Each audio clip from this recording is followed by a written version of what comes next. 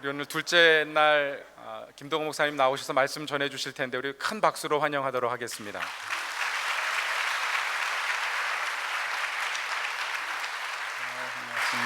반갑습니다. 1992년 올림픽이 끝난 직후에 미국에서 목회하시는 선배 목사님이 한국에 나오셨습니다.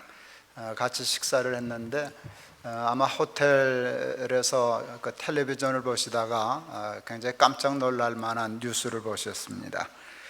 그 당시 한국 그 청소년 아이들이 10만 원이 넘는 고가의 운동화들을 신고 다닌다 하는 뉴스를 보고 깜짝 놀래 하셨습니다.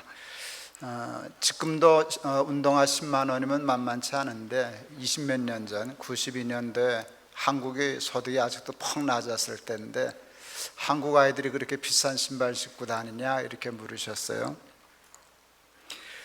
여러분, 신발이 한국이 비싸게요? 미국이 비싸게요? 아시네요. 제가 미국에 1년에 한 두세 번은 들어오기 때문에 저는 한국에서 신발 산 지가 꽤 오래됐습니다. 한국에서는 비싸서 못 사요. 제가 신고 있는 구두도 미국에서 산 거고요. 요번에 바꿔가려고 그랬더니 시간이 없어서 다음에 와서 사야겠습니다. 미국 아직도 100불이면 신발 괜찮죠? 괜찮죠? 예, 제가 알거든요. 네. 예, 맞아요. 근데 한국은 10만 원 갖고 못 사거든요. 어림도 없어요. 그런데 92년도에 한국이 100불짜리 운동화를 애들이 신고 다닌다니까 이해가 안 가셔서, 야, 김 목사, 정말 너희 아들도 그런 운동화 신고 다니냐? 이렇게 물었어요. 저는 그런 운동화 있는 줄을 몰랐습니다. 우리 아이들이 그때 보통 월드컵이라고 한 10,000원 정도 되는 신발 보통 신을 때였는데 신기해가지고 물었습니다. 야, 세상에 10만 원짜리 운동화가 다 있냐? 그랬더니 10만 원짜리 운동화가 있다 그랬습니다. 너희 학교도 그 신고 다니는 놈들이 있냐? 그랬더니 우리만 빼놓고는 다 신어요. 그때 제가 개포동이라고 하는 데 살았는데요, 개포동이 그 부자 동네거든요. 개도 포니는 안 타는 동네. 정말 그 정도더라고요. 근데 우리 애들만 빼놓고는 다 신고 다닌다 그래서 웃었습니다. 너희는 왜 사달라 그러지 않았냐? 그랬더니 뭐 사달라 그래봤자 안 사주실 건데요 뭐. 그래서 웃었습니다. 제가 사무실에 돌아와서 시간이 좀 나기에 아이들에게 편지를 썼습니다. 그런 비싼 운동화 사달라고 조르지 않아서 고맙다 하는 편지를 썼었습니다. 저는 이제 이따가도 그 강의를 할 텐데 자녀 교육을 전 편지로 했습니다. 편지를 참 많이 썼습니다. 애들이 지금까지 그 편지를 보관하고 있습니다. 큰아이는 아예 스크랩을 해뒀더라고요. 아빠의 말씀 그래가지고 그 편지를 이렇게 썼어요. 그런 운동화 사달라고 조르지 않아서 고맙다 하는 편지를 쓰면서 왜 그런 운동화를 신으면 안 되는가를 설명하기 시작했습니다. 답은 간단합니다. 쓸데없다 하는 거였어요. 황영재 선수가 그때 91년도 올림픽에서 금메달 땄을 때입니다. 마라톤. 코롱 소속이었는데요, 코롱 회사에서 황영재 선수를 위해서 1억짜리 운동화를 개발해 주었습니다. 발에 잘 맞고 좋은 소재를 써서 기록을 단축하기 위해서 1억 정도 투자를 해서 마라톤화를 만들어 줬었습니다. 제가 황영재 선수의 1억 마라톤화를 얘기하면서 그건 괜찮다라고 썼습니다. 왜? 쓸데있다.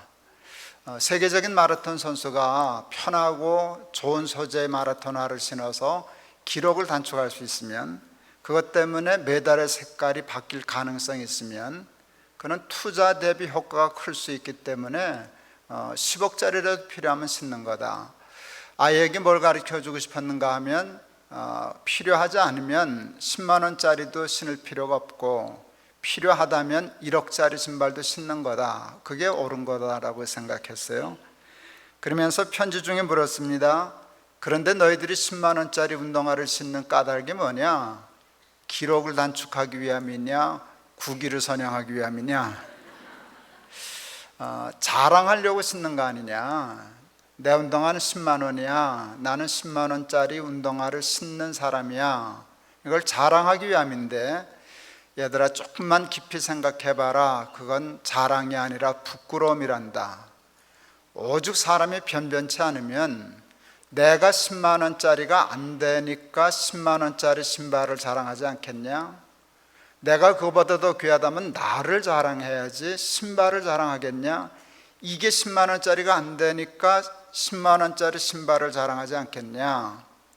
너희들은 이 다음에 커서 신발 자랑하며 사는 사람이 되지 말고 너의 사람 됨을 자랑하며 사는 사람이 되거라. 큰아이가 초등학교 5학년, 3학년, 1학년 요 수준이었는데요. 맑게 알아들었을까요? 5학년이 아니었네요. 큰아이가 15살, 13살, 11살 이렇게 됐는데 알아들었을까요? 그럼요, 알아듣습니다. 어른들은 애들이 말귀를 못 알아듣는다고 생각을 해요. 근데 다 알아들어요. 자기를 위해서 하는 말이라는 거, 옳은 말이라는 거 다 알아요. 근데 애들이 말을 잘 듣죠? 안 들어요. 이것들이 옳은 말이라는 거 다 아는데, 자기를 위해서 그런다는 것도 다 인정하는데 안 들어요. 제가 왜 안 듣나 생각해 봤어요. 이유를 찾아냈어요. 그 문제가 우리 어른들에게 있더라고요. 우리 어른들은요, 옳은 말, 좋은 말을 기분 나쁘게 하는 은사가 있어요. 애들 보러 버릇없다는 말 참 잘하는데요, 정말 버릇없는 건 어른이에요. 어른은 되게 버릇없어요.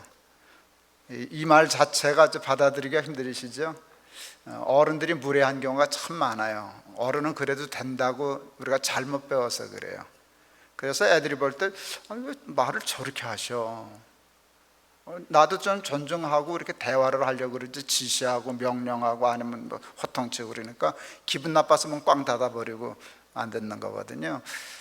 근데 제가 아이한테 정중하게 도전했거든요. 고맙다고 인정하고, 그런 신발 조르지 않아서 고맙다 하고 했더니 맑게 알아듣고, 저는 그 편지 덕을 톡톡히 받습니다. 아들 셋 기르면서요, 지금까지 명품 브랜드 이런 데 별로 시달리지 않고 편히 길렀습니다. 에릭 프롬이라고 하는 사람이 제 삶에 굉장히 영향을 많이 끼친 책인데요, 소유냐 삶이냐라고 하는 책을 썼습니다. To have or to be 라는 책을 썼어요. 거기서 에릭 프롬이 사람을 두 유형으로 구별합니다. 하나는 소유형, having mode, 그 다음에 또 하나는 존재형, being mode로 인간을 나누어요. 소유형의 인간은 삶의 의미와 목적을 to have 하는 데 두고 사는 사람, 무엇을 먹을까, 무엇을 입을까, 무엇을 마실까, 여기에 온 관심을 갖고 사는 사람, 쉽게 말하면 신발 자랑하려고 사는 사람. 여러분, 신발 자랑은 애들만 하는 게 아니에요. 그게 신발이 차로 바뀌고 명함으로 바뀌고 아파트 평수로 바뀌고 이게 좀 바뀌는 것뿐이지, 신발 자랑하는 그 형은 바뀌지 않아요. 대부분은 소유형의 인간이에요. 근데 드물지만 삶의 의미와 목적을 인간답게 to be 하는 데 두고 사는 사람이 있다는 거예요. 근데 당연하죠. 에릭 프롬이 얘기하는 건 정말 잘 사는 것은 존재형의 인간이다. 소유에 두는 건 부자로 사는 것이지 이렇게 잘 사는 게 아니다. 어제 제가 얘기했던 것과 같습니다. 어제도 물었는데요, 그래도 돈 좋아요, 싫어요? 나도 좋다니까요. 나도 좋다니까요. 그 돈 자체를 부정하자는 게 아니에요. 돈 자체를 부정하는 게 아니에요. 가난한 게 좋아요, 부자가 좋아요? 그렇게 얘기해도 괜찮나요? 제가 깨끗한 부자라는 책을 썼다가 욕을 바가지로 먹었었어요.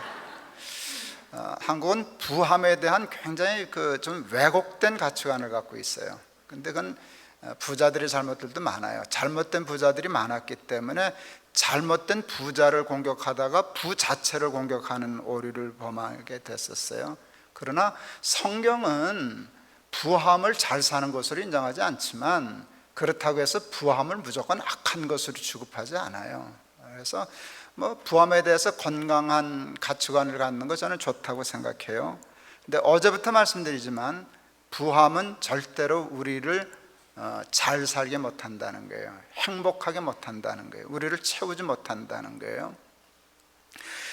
시편 16편 2절에 다윗이 이렇게 고백해요. 주 밖에는 나의 복이 없나이다. 끝나는 시간을 장로님 나 안 가르쳐 줬어요. 몇 분 설교하면 돼요?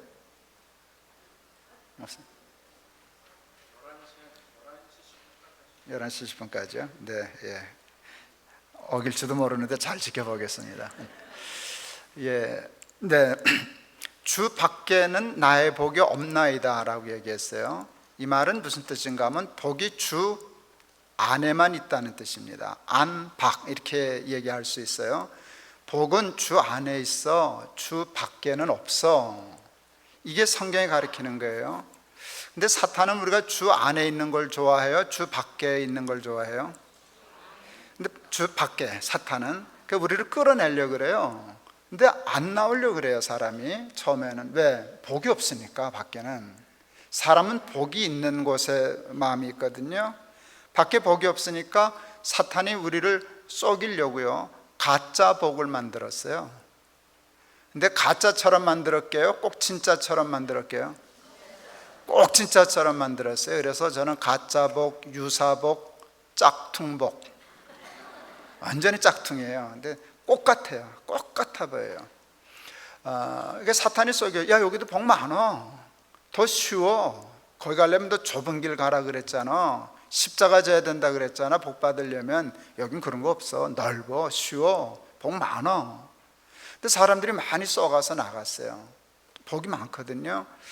여러분, 제가 가짜 복과 진짜 복을 얘기할 테니까 맞춰보세요. 긴장할 거 없어요. 한 사람도 틀리는 걸 못 봤으니까. 그런데 물으면 다 아는데 그걸 제대로 구별하고 사는 사람은 또 많이 못 봤어요. 평안과 편안, 어느 게 진짜예요? 제가 왜 짝퉁복이라 그런지 아시겠죠? 개념이 얼마나 닮았어요. 평안과 편안, 비슷한데요 이게 달라요. 편안은 짝퉁이에요. 여러분, 편한 게 꼭 나쁜 건 아닌데요, 편함을 복인 줄 생각하면 되게 병들어요. 전 30년 가까이 당뇨병을 앓고 있어요. 이건 안 먹어도 골치 아프고요, 먹어도 골치 아픈 병이에요. 안 먹으면 저혈당 오고요, 조금 지나치면 고혈당 되고요. 저 아침 먹고 전 30분 걸었어요. 제 몸은 먹고 소파에 앉아서 조는 걸 좋아할까요? 걷는 걸 좋아할까요? 조는 걸 좋아해요. 편한 게 얼마나 좋은데, 편하다, 푹신한 소파에 앉아서. 근데 편한 게 저한테 좋은 거예요, 나쁜 거예요? 나쁜 거예요. 그러니까 좀 귀찮고 싫지만 나가는 거예요. 그리고 슬슬 걷게요, 빨리 걷게요? 빨리 걸어야 돼요. 운동이 돼야 되니까. 그래야 내가 건강을 유지하는 거예요. 편안은요 좋은 것 같은데 절대로 좋은 게 아니에요.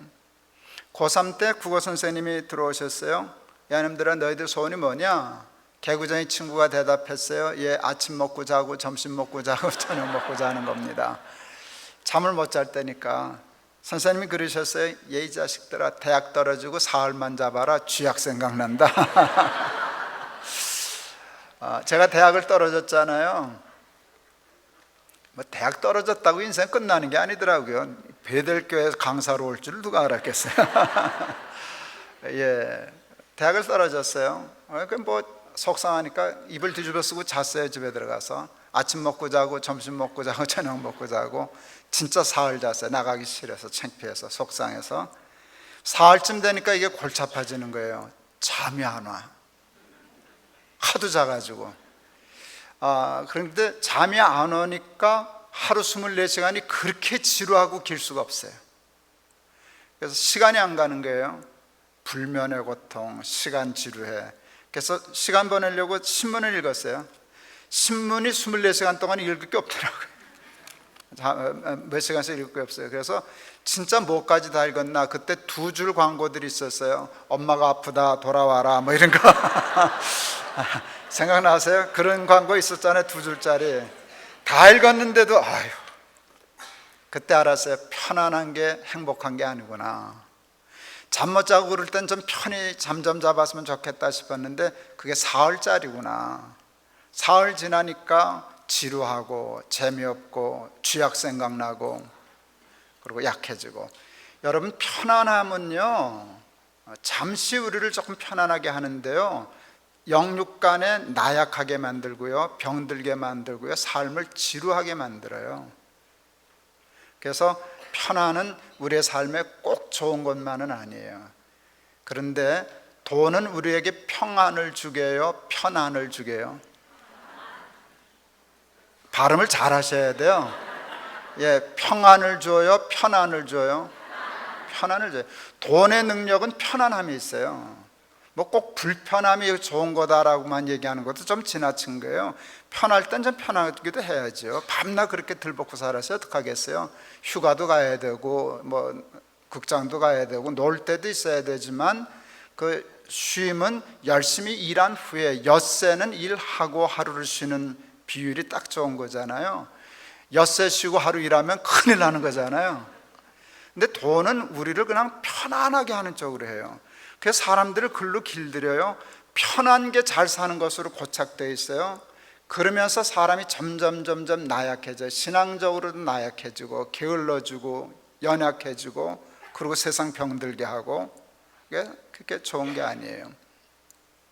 또 하나, 여러분 진짜 복과 가짜 복을 얘기할 테니까 맞춰보세요. 기쁨과 재미, 어느 게 진짜예요? 예, 이건 발음은 뭐 구별이 되니까 정확해요. 근데 개념이 비슷해요. 기쁨과 재미. 제가 동안교회 있을 때 구청장이 그 지역에 있는 목사와 또 사업하는 비즈니스 하시는 분들을 초청해서 조찬을 했어요. 저희 테이블에 목사들이 앉았는데 우리 그 동네에서 꽤 큰 호텔을 경영하는 회장님이 같이 합석을 했어요. 근데 이 양반 그냥 제가 함부로 판단하면 안 되지만 제 기준으로는 졸부예요.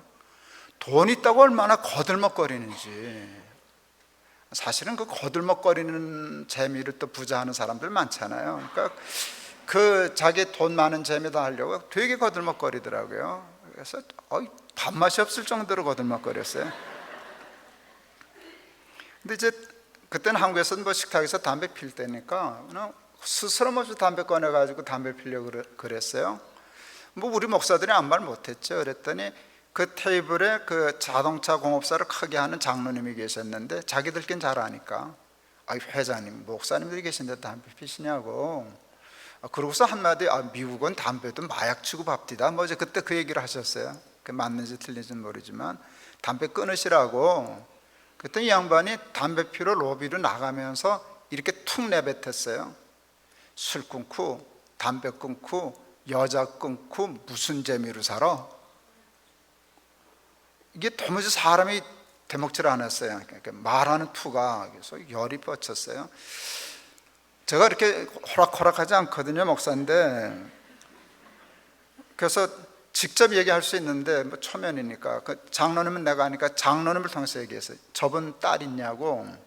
자기 얘기를 하니까 못 나가고 멈췄었어요. 석 달 전에 결혼한 딸이 있다 그러더라고요. 그래서 내가 그랬어요. 사위가 자기와 딸 있는 데서 술 끊고 담배 끊고까지는 몰라도 여자 끊고 무슨 재미로 살아 그러면 도끼 들고 쫓아가실걸? 내가 그랬어요. 그랬더니 얼굴이 빨개져서 나가더라고요. 그런데 그 정신 나간 양반도요, 단어는 정확하게 쓰더라고요. 술 끊고 담배 끊고 무슨 재미로 살아 그랬지 무슨 기쁨으로 살아 그러진 않더군요. 이게 기쁨과 재미의 차이예요. 이렇게 정리하면 다 알아듣는데요, 그냥 생각 없이 살면 재밌게 사는 거, 편안하게 사는 게 최고의 가치예요. 그거는 엿새를 힘써 일했을 때 하루 정도 축복으로 주는 거에 건강해요. 재미도 있는 거 좋죠. 그거 놀 줄도 알아야죠. 쉴 줄도 알아야죠. 그런데 이게 뒤바뀌어 놓으면 자기도 나쁘고 세상도 병들게 하고 그렇게 아주 세상을 나쁘게 만들어요. 돈은 우리에게 편안과 재미를 주지 절대 평안과 기쁨을 주지 못해요. 그러면 진짜 복인 기쁨과 평안은 무엇이 줄까요? 그게 여러분 상투적으로 들리실는지는 모르지만 믿음이 줘요. 정확하게 믿음이 줘요. 우리 막내 아이가 지금 목사를 하는데 6살 때 손잡고 골목길을 내려갔어요. 골목에서 5학년짜리 아이가 하나 올라왔어요. 그놈을 보더니 눈이 번쩍번쩍 하는 거예요. 아빠 저 형아가 나 때렸어. 며칠 전에 맞은 거 복수해달라고. 애비가 쟤들 뭐 때렸다고 그걸 현행범인 가서 줘봐가 주겠지만, 그래서 못 들은 척하고 그냥 지나가려고 그랬더니 우리 막내 섭섭하셨어요. 절호의 기회를 놓치는 게 억울하셨어요. 내 손 뿌리치고 가서 발로 차셨어요. 이게 대형 사고를 친 거예요. 6살짜리가 5학년을 발로 걷어찬 거예요. 무사하셨을까요?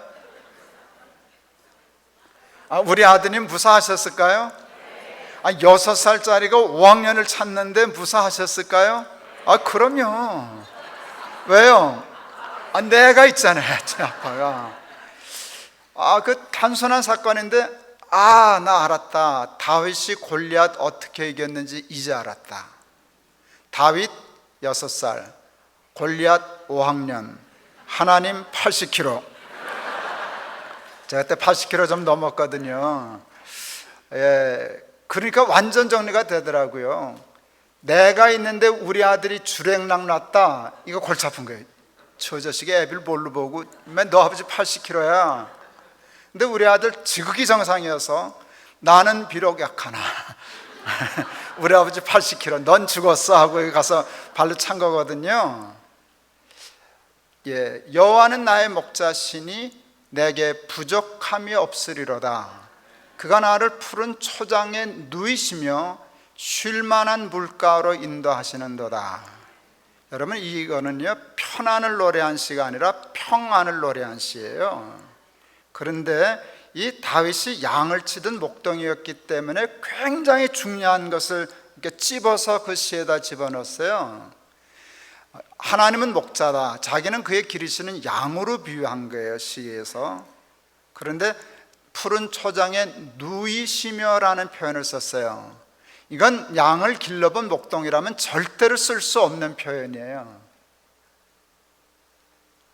제가 동물 박사이기 때문에 알아요. 여러분, 누워 자는 동물은 강한 동물 외에는 눕지 않아요. 이건 본능이에요. 사자, 호랑이, 사람, 이게 누워 자요. 사자가 누워 자요. 밤낮 누워 자는 건 아닌데 사자는 누워 자요. 왜 그런 줄 아세요? 건들 놈이 없어. 그걸 누가 건들겠어? 사자 누웠다고. 뭐 목이나 와서 팔이나 건들겠지. 못 건드려요. 근데 약한 동물 중에 누워 자는 게 있어요. 사람에게 길들여져서 야성을 잃어버린 것들은 누워 자요. 이게 강아지. 이게 하루 강아지 범 무서운 줄을 몰라서 그러는 거예요. 야생에 있는 동물은, 약한 동물은 절대 눕지 않아요. 양이 누워 자는 거 보신 분 내가 상 드릴게요. 미친 양 빼고. 제정신 있는 양은 절대로 눕지 않아요. 양이 누웠다, 그건 이제 그만 살겠다는 뜻이에요. 나 이제 힘들어. 이게 사는 거 고달파. 날 잡아 잡수. 나 갈래. 이거거든요. 양은 눕지 않아요. 모든 약한 동물은 눕지 않아요. 본능적으로. 뭐 좀 이상한 놈이 있긴 있겠지만 하여간 안 누워요. 모든 동물은 웅크리고 자요. 자세가. 바스락 소리 나면 걔네들 뛰고 봐요, 보고 뛰어요. 이게 달라요. 보고 뛰는 놈은 무서운 놈이에요. 센 놈은 보고 뛰어요. 아무거나 보고 왔다 갔다 안 해요. 갈팡질팡하는 거 없어요. 딱 정해놓고 그 놈만 들고 가서 잡아먹어요. 근데 약한 동물은 뛰고 봐요. 뛰고 보는데 그것도 약한 동물 중에 빠른 놈만 뛰고 봐요. 약한데 느려 터지기까지 하다 그러면 냅다 뛰어요. 이건 절대로 못 따라다 봐요. 이거 안전거리 확보할 능력이 없거든요. 그러니까 냅다 뛰어요. 양은 뛰고 보고 뛰는 과예요? 뛰고 보는 과예요? 냅다 뛰는 과예요? 근데 지가 누워 잔다고요? 부족함이 없다고요? 그건 미친 거죠. 근데 딱 하나의 기가 막힌 조건절이 붙었어요. 여호와가 나의 목자시기 때문에. 우리 하나님 80kg야. 난 6살이야. 그래 세상은 골리앗만 해. 그래서 뭐 우리 아버지 80kg인데. 예, 다윗이 이런 고백을 해요. 군대가 일어나 나를 진칠지라도 천만인이 나를 대적할지라도 나는 오히려 안연하리로다. 여호와께서 나를 붙드시니 하는 나는 오히려 안연하리로다. 내가 누워 자고 깨었으니 여호와께서 나를 붙드심이로다. 여러분, 믿음이 우리를 진짜 복인 평안을 주어요. 그래서 세상이 험난하고 해도요, 여호와께서 그 사랑하시는 자에게 잠을 주시는도다 그랬어요. 중국이 지금 많이 부자가 됐는데요, 중국 처음 문 열리기 시작했을 때 중국의 이제 목회자들 한국에 초청해서 좀 이제 교육도 시키고 이렇게 구경도 시키고 하는 일을 했었어요. 한국이 발전한 걸 보고 꽤 놀라더라고요. 90년대 초였는데요. 그 양재동 횃불회관에 숙소를 정하고 가는데 어느 여자 전도사님이 묻더라고요. 횃불회관에 전화 있어요? 그러더라고요. 이게 참 골치 아파가지고 이렇게 전화 있다고. 그래서 거기서 있다 그랬으면 될 걸 괜히 또 시건방지게 한국은 전화 없는 집 없어. 그래서 그랬더니 이제 조금 멋쩍어 하면서 아유, 중국은 전화 있으면 부자인데요 그러더라고요. 그래서 얼른 나도 이제 꼬리를 내리고 우리도 그랬어요. 여러분, 한국도 전화 있으면 부자였던 때 있던 거 기억하세요? 그럼요. 저희 학교 다닐 때 생활환경조사서라는 거 있었어요. 얘가 어떤 환경에서 다니나. 그 설문 웃겼어요. 요즘 애들 들으면 개콘인가 그럴 거예요. 전화 있냐? 라디오 있냐? 텔레비전 있냐? 냉장고 있냐? 있다고 물어봤어요. 여기다가 이제 그때 이미 오셨어요. 네. 예, 뭐 있으면 부자였어요? 그때는 뭐든지 있으면 부자였어요. 그 중에 뭐라도 있으면 부자였어요. 그래요. 지금은 뭐 있으면 부자예요? 이게 질문이 성립이 안 돼요. 우리 그때 고등학교 다닐 때 그러고 낄낄거리고 웃었어요. 야, 미국은 거지도 영어한데 하도 영어에 한이 맞춰가지고 야, 거지도 하는 영어는 왜 우리는 못하냐. 제가 그리고 한마디 더 한 게 조금 과장된 거지만 거지도 자가용 있대. 근데 거의 그 수준이잖아요. 한국도 이제는 자가용 있다고 부자구만 이 소리는 못하잖아요. 먼 차 타고 다닌데 이를 봐야 되는데 그만큼 우리가 가난했었어요. 그래서 그 얘기 해줬죠. 우리도 그랬었어. 전화 있으면 부자였었어. 근데 갑자기 이렇게 부자가 됐네. 그랬더니 그분이 재밌는 얘기를 해요. 중국도 부자가 생기기 시작했다고. 근데 부자 별거 아닙니다 그래요. 왜? 목사님 부자가 돈 벌어서 제일 먼저 하는 게 뭔지 혹 아세요? 나 잘 몰라. 별거 아니에요. 담 쌓고 철망 칩디다 뭐. 예, 그 돈이 많아지니까 편하게 사는 거예요. 집도 넓고 자가용도 있고 편해요. 자가용 타면 편하죠. 그런데 평안하지가 않은 거예요. 점점 더 불안한 거예요. 담이 높아진다는 건 평안하다는 거예요? 불안하다는 거예요? 여러분, 우리도 옛날에 부자들 다 담 쌓고 거기다 유리병 깨서 꼽아놨던 거 기억나시죠?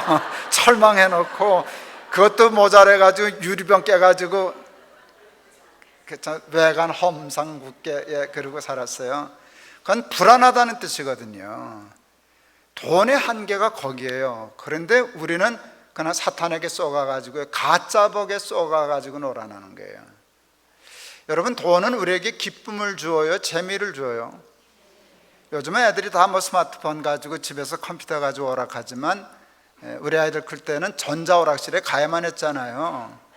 동전 가득 주고 가서 놀아라 하면 오락실에 가서 놀아요. 내버려두면 밤 새요? 셀 수 있어요? 없어요? 있어요. 오락실에 가서 밤을 샐 수 있는 이유가 뭔지 아세요? 오락이 재미있기 때문이에요. 그래서 이렇게 말하면 돼요. 야, 전자오락 참 재미있다. 이거 말 돼요. 근데 어떤 놈이 이렇게 얘기하면 어떨까요? 야, 전자오락 하니까 참 기쁘다. 그건 여기서 태어나서 한국말 하는 여러분 손주들이에요. 이제 말을 그렇게 하는 거예요. 전자오락 하면 재밌는 거지 그건 기쁜 게 아니거든요. 우리 손녀딸이 여기서 이제 학교 다니다 지금 한국 나왔는데 어느 날 심각하더라고요. 한국말을 영어처럼 하더라고요. 그래서 얼른 한국 방학 때마다 불려드렸는데 거북이 2마리 소리를 못하고 2개 거북이 그래요. 뜻은 통하는데 2개 거북이는 영어식 표현이에요. 거북이 2마리는 한국말인데 그래서 전자오락 하니까 참 기쁘다. 이거는 이제 여기에요. 그렇게 되는 게 말이 안 통하는 거예요. 세상은 돈은 우리에게 재미를 줄 수 있지만 기쁨을 줄 수는 없어요. 근데 믿음은 내가 이것을 너희에게 이르면 내 기쁨이 너희 안에 있어 너희 기쁨을 충만케 하려 함이니라. 나의 평안을 너희에게 주노라. 내가 너희에게 주는 평안은 세상이 너희에게 주는 것, 쉽게 말하면 편안해요. 그거하고는 종류가 달라. 그래서 예수를 잘 믿어야 복 받는 거예요. 그래야 행복한 거예요. 그게 잘 사는 거예요. 잘 사는 것은 소유의 넉넉함에 있는 게 아니라 믿음에 있는 거예요. 그러니까 잘 사는 것은요, 소유 가치가 높은 게 아니라 존재 가치가 높은 거라고요. 근데 믿음은 우리의 존재 가치를 높여요. 믿음은. 예수 믿는 사람이 부자인가요? 안 믿는 사람이 부자인가요? 잘 대답해요. 믿는 사람이 부자일까요? 안 믿는 사람이 부자일까요? 사람 나름이에요. 괜히 착각하지 마세요. 조금 사기치는 목사들도 있어요. 뭐 예수 믿으면 부자 된다고. 그거 거의 사기성이에요. 예수 믿는 사람 중에 부자 있어요? 없어요? 가난한 사람은요? 예수를 잘 못 믿어서 가난한 거죠? 큰일 날 소리예요. 그건 이단이에요. 그렇게 얘기한다면 그건 진짜 이단이에요. 예수 안 믿는 사람 중에 부자 있어요? 없어요? 많아요. 가난한 사람은요? 그러니까 이게 줄긋기가 안 돼요. 믿으면 부자, 안 믿으면 가난. 이게 안 돼요. 뭐 믿으면 가난, 안 믿으면 부자, 이것도 안 돼요. 그냥 사람마다 그때 달라요. 그러니까 예수 믿으면 부자 된다, 그거 예수는 보장한 적 없어요. 만약 돈이 복이라면 예수 믿으면 다 부자 됐겠죠. 근데 예수 믿어도 다 부자가 안 되는 까닭은 돈은 우리가 생각하는 것만큼 그렇게 가치 있는 게 아니기 때문에 그런 거예요. 그게 돈이에요. 그냥 돈은 그래요. 근데 예수를 믿는다고 부자는 안 되지만 예수를 믿으면 잘 살아요. 믿음이 우리에게 복을 주니까. 예수를 믿으면 존재 가치가 높아져요. 근데 존재 가치는 예수 안 믿는 사람이 높아질 수 있나? 그건 절대로 없어요. 예수 안 믿고 부자 될 수 있어요. 예수 안 믿고 대통령도 될 수 있어요. 그런데 예수 안 믿고 존재 가치가 높아질 수는 없어요. 그건 왜 그런가? 모든 존재의 가치는 존재 목적에서만 발생하기 때문이에요. 철학 강의 같지만 어렵지 않아요. 모든 존재하는 것에는 목적이 있어요. 그렇죠? 목적 없이 존재하는 건 하나도 없어요. 여러분, 근데 가치는 목적에서만 발생해요. 이 마이크는 존재 목적이 있어요? 없어요? 있어요. 뭐예요? 작은 목소리를 크게 확산하는 거예요. 이 마이크는 지금 목적대로 존재하고 있는 상태예요? 목적대로 존재하지 않는 상태예요? 그러니까 가치가 있어요? 없어요? 있어요. 어느 날 얘 목적 상실해요. 그걸 고장났다 그래요. 이 소리 안 나. 그러면 가치 있어요? 없어요? 목적을 상실하는 순간 가치를 상실해요. 그건 똑같아요. 목적을 상실했다, 가치를 상실했다, 이거 쓰레기통감이에요. 그러니까 모든 가치는 목적에서 말미암아요. 그러니까 잘 살려면 존재 목적에 대한 질문이 늘 있어야 돼요. 내가 존재하는 목적은 무엇이지? 그 목적을 깨닫고 내 삶을 목적과 일치시키는 거가 잘 사는 거예요. 무엇을 먹을까? 이거 아니에요. 뭐 가졌냐? 신발 얼마냐? 이거 아니에요. 이건 사탄에게 쏘가서 사는 잘못된 디렉션이에요. 방향이 잘못됐어요. 잘 사는 건 목적과 내 삶을 일치시키려고 하는 것이에요. 그러니까 존재 목적을 물어야 돼요. 근데 마지막 하나 남은 게 있어요. 존재 목적에도 원칙이 있어요. 하나님 한 분만 예배해요. 하나님 한 분을 제어하고 모든 존재하는 것의 목적은 존재로부터 말미암지 않아요. 존재케 한 이로부터 말미암아요. 마이크의 존재 목적은 마이크가 스스로 결정해요? 마이크를 만든 사람이 결정해요? 만든 사람이요. 시계는요? 시계를 만든 사람. 이 보면대는요, 광대상은요, 만든 사람. 이거는요, 내 존재 목적은 내가 결정하는 거예요? 나를 창조하신 하나님이 결정하시는 거예요? 그러니까 내가 잘 사는 것은 내 욕심대로 내 뜻대로 사는 거예요? 하나님의 뜻대로 사는 거예요? 근데 왜 여러분 뜻대로 살아요? 예수를 내 뜻대로, 하나님까지도 내 뜻대로 조정하려고 믿는 거 아니에요? 예, 그 면도 있어요. 구하면 하나님 주시는 면이 있으니까 그걸 다 부정할 수는 없어요. 그런데 기독교 신앙의 최고의 가치는요, 내 뜻대로 하나님을 부르는 게 아니라 하나님의 뜻대로 나를 부리는 거예요. 그래서 하나님의 뜻과 내 삶을 일치시키는 거예요. 그러면 부자 되나요? 그렇지 않다니까요. 그럴 수도 있고 아닐 수도 있다니까요. 그렇다고 다 건강한 또 물어봐야지. 예수 믿는 사람이 건강해요? 안 믿는 사람이 건강해요? 예, 섭섭하지만 사람 나름입니다. 이게 줄긋기가 안 됩니다. 예수 안 믿어도 100살 넘는 사람 많아요. 건강한 사람. 예수 믿는데도 병약한 사람 많아요. 난 30년째 당뇨 앓는데 무슨 목사가 당뇨를 30년씩이나 알아? 저 목사 맞아. 이름은 그 사람 곤란한 거예요. 그거 별로 관계없어요. 예, 관계없어요. 여러분, 그런 게 아니라고요. 그런데 예수를 믿어야만 하나님의 뜻을 생각하잖아요. 하나님이 나를 창조하셨잖아요. 그분의 뜻대로 살려고 할 때 나는 정말 구원 얻고 행복하고 잘 살고 하나님의 나라를 얻고 하는 삶이 열리는 거예요. 가장 중요한 건 하나님의 뜻이에요. 하나님의 뜻이 우리는 다른 말로 하나님의 말씀이라 그래요. 주여 말씀하옵소서, 주의 종이 듣겠나이다. 이게 신앙생활이에요. 그래서 늘 말씀을 읽고 듣고 배우고, 그리고 내 삶을 거기다 갖다 맞추고, 그래서 존재 가치를 높이고, 그래서 혹 가난해도 잘 살고 부자여도 잘 살고, 그래서 항상 기뻐하고 범사에 감사한 하나님 나라의 삶이 믿음을 통해서만 얻어질 수 있거든요. 이건 절대로 돈으로 얻을 수 없어요. 암만 부자가 돼도 쓸데없는 짓이나 하지 건강에 도움되질 않아요. 제가 아이들한테 편지를 자꾸 썼다 그랬잖아요. 이렇게 해외 집회 오면은요, 시차가 힘들어요. 저는 꼭 새벽 2시에 깨요. 어제도 새벽 2시, 오늘도 새벽 2시에 깼어요. 뭐 정확해요. 가면 새벽 2시에 저는 깨요.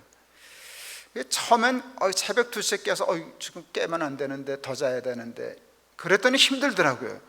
잠이 와야 자지. 그래서 제가 생각을 바꿨어요. 시차를 극복하는 법을 터득했어요. 깼을 때 자려고 하지 않는다. 그러니까 내버려 지금 잘 시간이야 라고 얘기하지 않는 거예요. 깼으면 지금은 깨서 일하는 시간이다 라고 인정하는 거예요. 그리고 졸리면 자면 되지 뭐. 이제 그렇게 생각했더니 이제 편해졌어요. 그렇다고 해서 시차가 바뀐 게 아니에요. 극복된 게 아니에요. 내가 나를 순종한 거지. 그러니까 새벽 2시에 할 일이 없잖아요. 출근할 수도 없고. 그래서 제가 편지를 썼어요. 그때 새 아이에게 편지를 썼어요. 제가 타이프라이팅 이쪽에 타자 쪽으로 익숙해져서 쓰는 걸 참 힘들어해요. 여러분, 쓰는 속도하고 생각의 속도가 일치한다는 사실을 혹 아세요? 자판을 쓰던 사람은요, 자판 없으면 생각이 멈춰요. 왜 그런가 하면 이게 갑갑해서, 이게 컴퓨터의 속도로 돌아가는데 이걸 손이 못 쫓아가면 이게 생각이 얽히기 시작해요. 그래서 자판이 있어야 머리가 돌기 시작해요. 손으로 쓰던 사람은요, 자판 갖고 어때요? 연필을 잡아야만 생각이 돌아요. 우리 후배 목사 최일도 목사, 이 친구는 연필을 잡아야 생각을 하는 거예요. 이걸 못해요. 이게 똑딱똑딱 이루는 친구니까. 근데 저는 연필 잡으면 생각이 안 돌아요. 이게 갑갑해서 이제. 그런데 뭐 그때는 이게 뭐 노트북 없을 때니까 그만 앉아서 써요. 도 닦는 심정으로 써요. 한 장 한 장 새벽까지 써서 편지 붙이고 집에 오면 편지 늦게 와요. 내가 더 빨리 가요. 이렇게 편지를 썼는데 아까 얘기한 것처럼 그 편지로 자녀 교육을 거의 다 했어요. 애들이 편지 받는 걸 참 좋아하거든요. 처음에 애들이 편지를 읽지 않고 글자를 세더라고요. 이 자식들이. 누구한테 더 길게 썼나, 누구한테 더 말을 많이 했나, 관심 있나, 뭐 이런 거예요. 그래서 편지 참 많이 썼어요. 편지 덕 참 많이 봤어요. 아내하고 결혼하기 전에 연애할 때도 편지 참 많이 썼어요. 인천 사람이어서 그 편지 쓰는데, 편지 쓰는 건 어렵지 않은데 제가 글씨가 마음에 안 들었어요. 학교 가서 노트 하는 데는 뭐 내가 악필이어도 상관없어요. 나만 읽으면 되니까 그냥 썼는데, 편지는 내가 읽으려고 쓰는 게 아니라 그 여자가 읽어야 되는데, 내가 좋아하는 사람이니까 글씨도 예쁘면 좋겠더라고요. 근데 이놈은 글씨가 예쁘게 안 써지는 거예요. 그래서 제가 글씨를 그렸어요. 내 글씨가 마음에 안 들어서. 그러니까 제가 하면 보통 내가 노트 필기 하는 것보다 5배의 시간을 썼어요. 하나 하다 보니까 필압이 높아지더라고요. 힘을 줘서 쓰니까. 그럼 손에 땀나. 그럼 또 가서 손 씻고 와서 또 무슨 성경 필사하는 사람처럼 그리고 편지를 보내기 시작을 했어요. 편지를 보내기 시작했어요. 그러다가 제가 시를 하나 썼어요. 제가 늘 시를 쓰고 싶어 했거든요. 근데 저는 사고방식이 글 쓰는 식이 시하고는 달라요. 그래서 포기했는데, 그때 편지질하고 연애하다가 시 몇 편 썼어요. 편지라는 제목의 시를 써보냈어요. 그 편지라는 시 편지를 읽고 우리 아내 시집 오셨어요. 읽어드릴까요? 관심 있으세요? 편지. 깨끗이 손을 씻고 자리에 앉아 한자 정성껏 편지를 쓴다. 사랑하는 사람에게 쓰는 편지, 진실이 고파 아름답고파. 썼다간 지우고 또 썼다간 지우고, 마음같이 써진 편지 마무리하다 그만 잘못 써진 글씨 하나, 그냥 죽죽 2줄 그어 지워버리고 계속 쓰면 될 것을. 다시 손 씻고 와 처음부터 쓰는 편지, 당신께 쓰는 편지.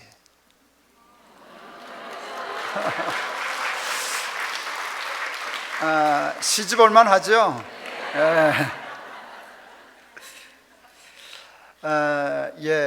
진심이었어요. 그렇게 살아야 된다고 생각해요. 내가 사랑하는 사람이니까. 그러니까 말만 젤젤거리지 말고 말하는 것과 삶이 그러면 좋겠다. 내 삶이, 근데 편지 한 장도 그냥 뭐 뜻만 통하면 되지 그렇게 하지 않고 정성껏 써야지, 예쁘게 써야지. 전 결벽주의자가 아니에요. 절대로 결벽주의자가 아니에요. 뭐 널어놓고 살고 지저분해도 별로 불편하지 않은데, 이게 아내한테 편지 쓸 때 땀이 나서 여기에 끈적거리는 게 싫은 거예요. 가서 다시 비누로 손 씻고 다 손 말려가지고 와서 또 쓰고 또 가서 손 씻고, 그게 제 진심이었어요. 그러다가 그래도 신학생이 전도사니까 그래도 양심적으로 내 삶이 하나님께도 그래야지, 하나님께 쓰는 편지여야 되겠다. 그랬더니 오늘 본문 생각이 났어요. 너희는 그리스도의 편지라. 그래서 얼마 전까지 제가 그리스도께 쓰는 편지와 그리스도의 편지가 같은 거라고 생각했어요. 근데 그게 달라요. 여러분, 제가 아내에게 쓴 것은 거기서 통해서 깨달은 건 그리스도의 편지예요? 그리스도께 쓰는 편지예요? 그리스도께 쓰는 편지였어요. 근데 오늘 본문이 얘기하는 건, 바울을 통해서 얘기하는 편지는 그리스도께 쓰는 편지가 아니라 그리스도의 편지예요. 둘 다 좋은 거예요. 둘 다 좋은 거예요. 그런데 이게 레벨이 좀 달라요. 어느 게 더 높게요? 예, 맞아요. 이게 달라요. 그리스도께 쓰는 편지는요, 내 삶이 편지라는 건 다 일치해요. 근데 누가 쓰느냐가 달라요. 나라고 하는 내 삶이 편지를 쓰는데, 그리스도께 쓰는 편지는 내가 그리스도께 쓰는 편지예요. 그런데 그리스도의 편지는 그리스도가 내 삶에다 세상 사람들에게 쓰는 편지예요. 그러니까 세상 사람들이 나를 보면 그리스도의 말씀, 뜻, 하나님을 읽게 돼요. 이건 그러니까 그거 생각하니까 소름이 쫙 끼치더라고요. 내가 그리스도께 쓰는 편지로서의 삶을 열심히 살다 보면 어느 순간에 내가 그리스도의 편지가 되겠구나. 처음에는 그리스도가 나를 통해서 편지를 받으시다가 하나님께서 나를 통하여 세상의 편지를 쓰시겠구나, 세상 사람들이 나를 통하여 하나님을 읽게 되겠구나 하는 생각을 했어요. 믿지 않는 사람들 전도해 와요. 교회를 와요. 많은 사람이 교회 실망하고 교회를 떠나요. 교회에 실망하는 게 아니라 먼저 믿는 예수쟁이들에게 실망해서 떠나는 거예요. 그러면 또 전도한 사람이 쫓아가요. 그때 쓰는 상투적인 말이 있어요. 야, 하나님 보고 믿지 사람 보고 믿냐? 근데 그 엄밀히 얘기하면 틀린 말이에요. 어떻게 믿는 우리도 하나님 잘 못 보는데, 여러분, 하나님이 보이면 네가 얘기 안 해도 나고 보고 믿지, 안 보이니까 못 믿는 거 아니냐? 보이지 않는 하나님을 하나님 보고 믿으라는 게 말이 돼요? 보이면 나도 믿지. 하나님 너는 보이냐? 그러면 할 말 없어요. 여러분, 믿지 않는 사람이 하나님을 믿게 되는 과정은요, 하나님을 보고 믿는 게 아니에요. 먼저 하나님을 믿는 사람을 보고 너 보니까 하나님 계시는 게 맞는가 보다. 그러니까 우리가 그리스도의 편지가 되면 우리를 보고 사람들이 하나님을 읽는 거예요. 그 근사한 거 아니에요? 저는 평생 목회한 사람이에요. 설교한 사람이라고요. 그냥 말은 잘할 수 있어요. 뭐 주석 보고 얘기 잘할 수 있어요. 근데 그걸 통해서 사람들이 하나님 못 읽어요. 정말 믿지 않는 사람이죠 하려면 내 삶이 그리스도의 편지가 돼야 되지 않겠어요? 그렇게 되면 나 때문에 사람들이 복을 받고 또 나는 얼마나 복을 받겠어요? 그렇게 되면 내가 글쎄 신발을 10,000원짜리 신는지 10만 원짜리 신는지 모르겠지만 그건 아무 상관없어요. 내 존재 가치가 높아지기 때문이에요. 그쯤 되면은요, 세상의 삶에 대해서 굉장히 자유로워요. 부하면 좋지 뭐, 가난하면 상관없어. 사도 바울의 이 삶의 스펙트럼이 상당히 넓어요. 나는 부한데도 처할 줄 알아. 비천한데도 처할 줄 알아. 난 자족하기를 배웠거든. 내게 능력 주시는 자 안에서 내가 모든 것을 할 수 있어. 나는 항상 기뻐해라. 쉬지 말고 기도해라. 범사에 감사해라. 여러분, 어떻게 항상 기쁠 수가 있어요? 기쁠 때가 있는 거지. 기쁠 때 기쁘고 안 기쁠 때는 안 기뻐해야 되는데 세상이 어떻게 항상 기쁘냐? 근데 여러분, 그 세상 몰라서 하는 소리예요. 말귀를. 여러분, 세상 때문에 기쁜 게 아니에요. 기뻐하는 능력이 하나님께 있기 때문에. 그도 부한 게 좋다고요. 사도 바울도 나도 부한 거 좋더라 뭐. 나도 그거 처할 줄 알아. 그런데 살다 보면 좀 가난해질 수도 있지 않냐? 뭐 그래도 별로 상관없더라. 이거 굉장히 건강해져요. 그러니까 부하면 부한 대로, 가난하면 가난한 대로, 건강하면 건강한 대로, 약하면 약한 대로. 전 매일 그래도 글을 하나씩 써요. 페이스북 하려고. 지금 글을 하나 생각하고 쓰고 있는 게 있어요. 생로병사. 여러분, 생로병사 생각하니까 다 힘든 거더라고요. 전 전쟁통에 태어났어요. 참 험난한 세월을 살았어요. 그리고 살다 보니까 사는 게 제일 힘들더라고요. 만만치 않더라고요. 먹고 사는 것도 힘들고 목회도 힘들고. 전 목회하다 죽는 줄 알았어요. 하도 스트레스 받아서 실명하는 줄 아는 게 아니라 실명 전 단계까지 갔었어요. 여러분, 스트레스 받으면 실명한다는 사실 혹 아셔요? 여기 또 안과 전문의 계시는지 모르겠네.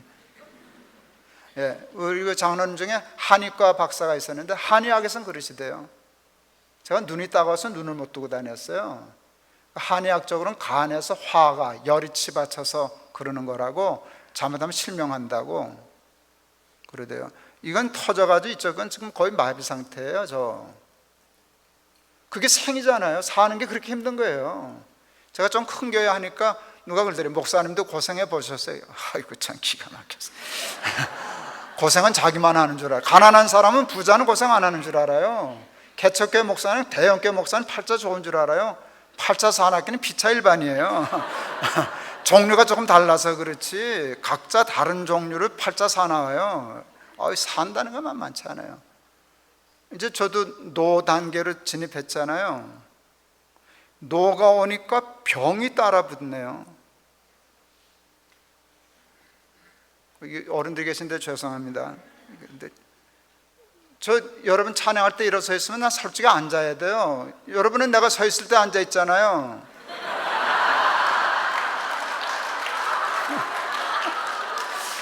네, 여러분 서 있을 때 나도 서 있고, 여러분 앉아 있을 때 난 또 서 있고. 제가 요즘 어떻게 됐는가 하면, 그렇게 무리하면은요, 설교하고 나갈 때 이게 뻣뻣해서 이렇게 자유롭게 못 나가요. 몸 살살 얼려가지고 나가야 돼요. 그래서 이제 그러는 거예요. 저는 당뇨를 3주 앓았기 때문에 신장 조심해야 되고 실명하는 거 조심해야 돼요. 그 스트레스 되게 많아요. 근데 각오해야 돼요. 잘 피해가면 좋겠지만 그게 나를 덮칠 수 있잖아요. 저희 어머니 지금 97세신데 신장 투석 받으셔요. 병원에 계셔요. 치매가 좀 오면 우리 어머니 괜찮을 텐데 이 할머니 치매도 없어요. 똑똑해요. 근데 그 똑똑하다는 게 참, 사는 게 지루하다. 맨정신이니까 사는 게 지루하다. 나도 거기 가 있을 수 있잖아요. 지금 내 발로 아직 돌아다니지만 언젠가는 못 돌아다닐 때가 올 수 있잖아요.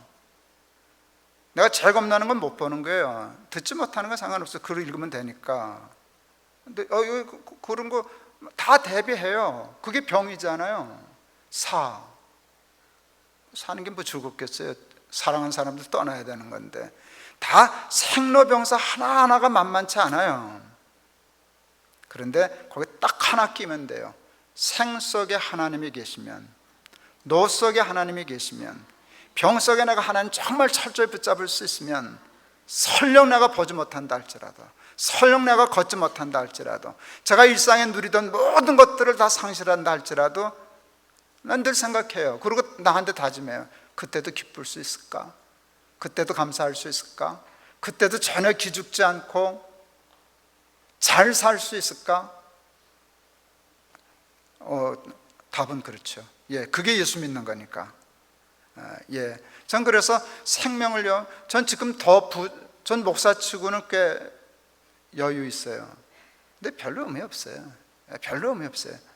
저 돈 그렇게 많이 필요 없다고 생각해요. 그래서 많이 없었어요. 실제로 많이 없었어요. 내가 필요 이상 많이 가졌기 때문에. 제가 은퇴하면서 아내한테 물었어요. 당신 한 달에 얼마면 살겠어? 우리는 원로제도 없거든요. 올해 끝나면 교회가 월급 안 주거든요. 우리 아내가 150만 원이면 충분히 살지 뭐 그랬어요.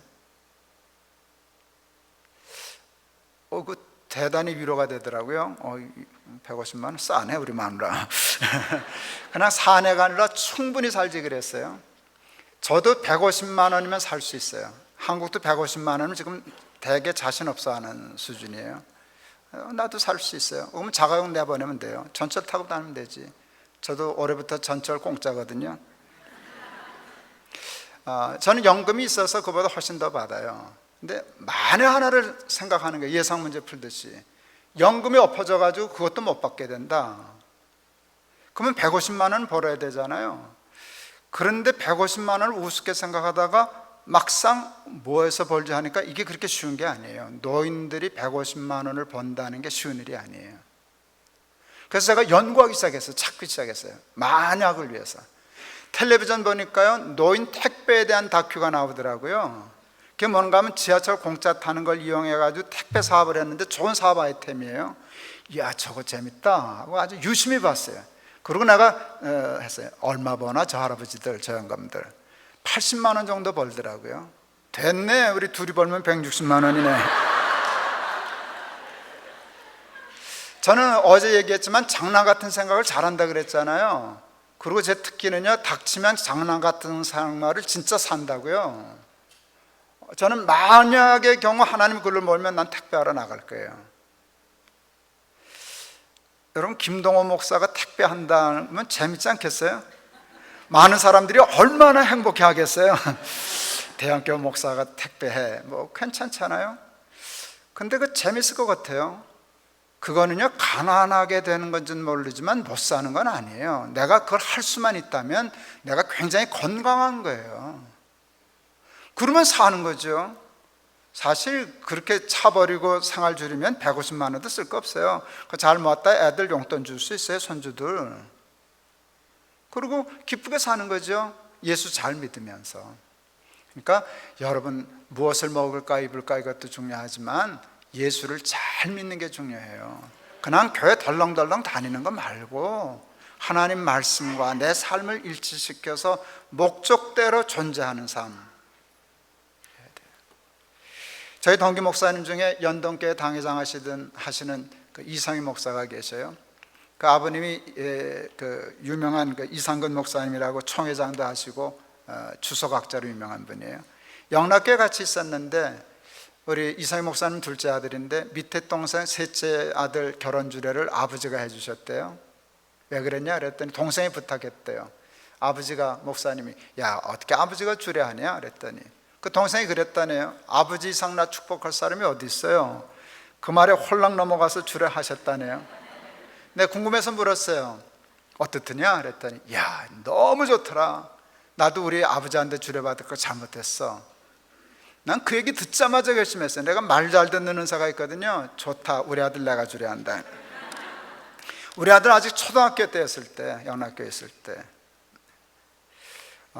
제가 32살부터 주례를 했어요. 첫 결혼 주례한 친구가 31살이었어요. 근데 이 신랑은 이마가 좀 넓었어요. 이렇게 딱 보면 지가 목사고 내가 신랑.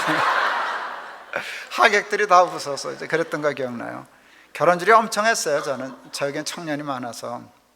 어느 날 결혼 주례 하는데 신랑 신부가 들어와요. 내가 아들 주례하기로 마음먹었으니까 상상했어요. 오는 동안에 저 친구들이 내 아들 며느리라면 하니까 그 상상만 하는데 심장이 떨리더라고요. 제가 좀 감정적인 면이 있어요. 코가 찡하고 눈물이 핑 돌더라고요. 내가 우리 아들 주례할 때 되면 주례사 못하겠네. 말만 탁 막히면 이거 주례사 길게 못하겠다. 짧아야 되겠다. 한마디로 딱 끝낼 수 있는 주례사가 없을까?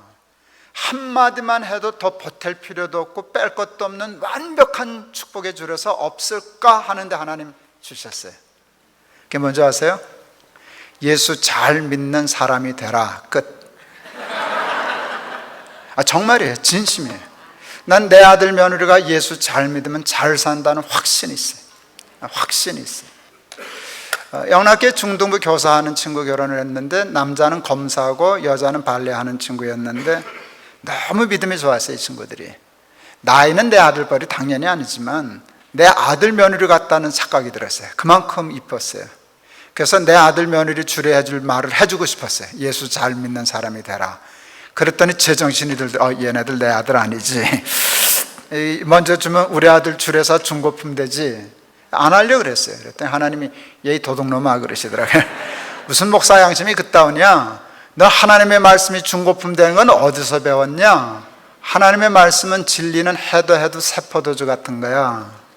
그래서 그 얘기까지 다 해주고 얘기했어요.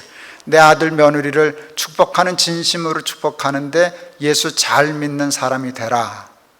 그랬더니요, 얼마나 은혜를 받는지. 보통 은혜를 받으면 아멘 그래요. 근데 너무 은혜를 받으면 아멘 소리가 막혀서 못 나와요. 충격을 받아요. 내 바로 눈앞에 있으니까 눈이 뚱그레지더라고요. 그 말이 너무 놀라가지고 눈이 뚱그레졌어요. 그러더니 눈물이 핑 돌더라고요. 그러더니 아멘 그러더라고요. 그러니까 정확히 순서대로 중개하면 멍, 핑, 아멘 이렇게 된 거예요. 그걸 눈앞에서 봤잖아요. 야, 뭐 저런 것들이 다 있냐. 어떻게 그 말을 그렇게 충격적으로 받아들이냐. 제가 은혜가 되기 시작했어요. 감동이 됐어요. 성경 펴놓고 신부 오른손, 신랑 오른손, 내 오른손을 얹고 축복하는데 내가 너무 은혜를 받고 감동해서 축복하는데 기름이 떨어지는 것 같아요. 막 불 붙는 것 같아요. 은혜가. 그러다가 내가 축복하다가 감동해서 울었어요. 주례가 울었는데 지까지까지 안 울었겠어요. 신랑 울어서는 시뻘개지고 신부 울어서는 시커매지고 그런 주례를 해봤네요. 너무 욕심이 나서 하나님 앞에 기도. 하나님 우리 아들 결혼식 때 이 분위기여야 됩니다. 예, 그 기도대로 했어요. 제가 둘 결혼 주례했거든요. 첫째, 셋째. 그리고 그 기도대로 됐고요. 정말 그런 줄 해봤어요. 마지막 사진 촬영하고 악수하면서 야, 우리가 결혼식 한 거냐, 지금 부흥회 한 거냐. 여러분, 예수를 잘 믿어야 돼요. 예수를 취미생활로 하면 안 돼요. 예수를 무슨 사회생활 하듯이 하면 안 돼요. 이민교회 그런 위험성이 많아요. 예수는 생명 걸고 잘 믿어야 돼요. 말씀하십시오. 주의 종이 듣겠습니다. 좀 전투적으로 힘들지만, 좁지만, 무겁지만, 두렵지만 말씀에다 갖다 맞춰놓고 그렇게 해서 내 존재 가치를 높이는 거예요. 그래서 정말 이 땅에 살면서도 가난하면 가난한 대로, 부하면 부한 대로, 건강하면 건강한 대로, 병약하면 병약한 대로 항상 기뻐하고 범사에 감사하고 많은 사람들에게 하나님을 소개하고 그리스도의 편지로서 그렇게 살아가는 우리 베들교회 교원들 다 되실 수 있기를 주의 이름으로 축원합니다. 기도하시겠습니다. 우리 사랑하는 베들교회 교우들, 예수 잘 믿는 사람 되게 하옵소서. 그리하여 소유 가치보다 존재 가치가 높게 하옵소서. 세상에서 편히 사는 데 쏙지 말게 하시고 하나님이 주시는 평강, 하나님이 주시는 기쁨, 하나님이 주시는 은혜 땅에서 누리며 살게 하옵소서. 예수 그리스도 이름을 받들어 기도하옵나이다. 아멘.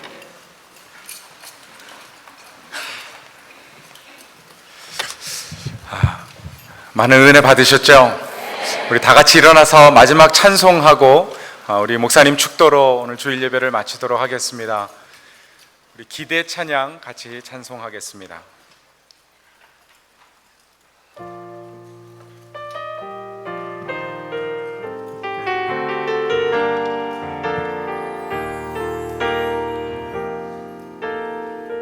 주 안엔 우리 하나, 주 안에 우리 하나, 모습은 달라도 예수님 한 분만 바라네. 사랑과 선행으로 서로를 격려해 따스함으로 보듬어가리. 주님 우리 안에 함께 하시니 형제자매 기쁨과 슬픔 느끼네. 내 안에 있는 주님 모습 보네. 그분 기뻐하시네.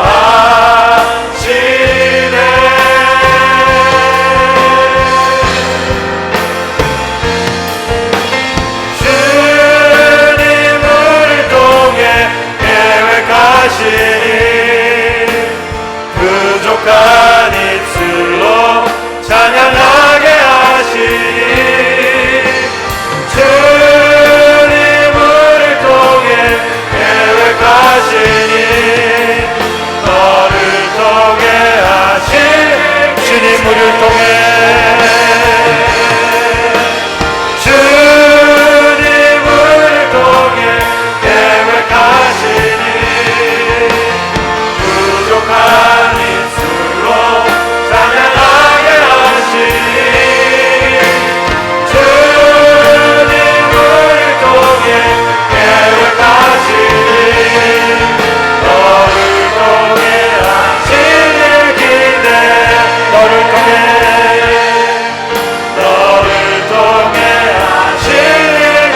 우리를 통해 하시니. 우리를 통해 하시는 기대.